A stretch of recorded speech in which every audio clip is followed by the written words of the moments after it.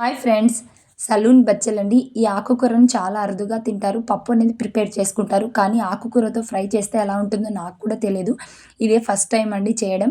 కడాయిలో ఆయిల్ వేసుకొని ఉద్దిపప్పు, శనగపప్పు, వెల్లుల్లి రెమ్మలు, జీలకర్ర, ఒక పచ్చిమిరపకాయ, కరివేపాకు రెమ్మలు, ఆనియన్స్ వేసుకొని ఫ్రై చేసుకోండి. ఆకుకూర అనేది ఆరోగ్యానికి చాలా మంచిదండి. రైస్లోకి సైడ్ డిష్, సంగటిలోకి చేసుకున్న చాలా టేస్టీగా ఉంటుంది.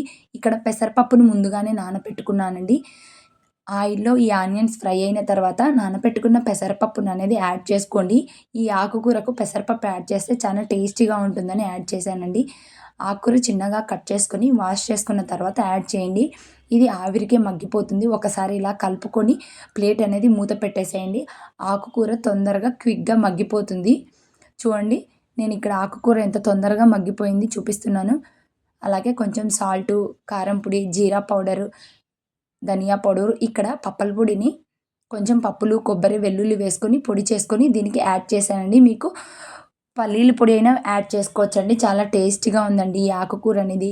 రైస్‌లో కూడా చాలా టేస్టీగా ఉంటుంది. ఈ విధంగా కొత్తగా ట్రై చేయండి. Thank you for watching.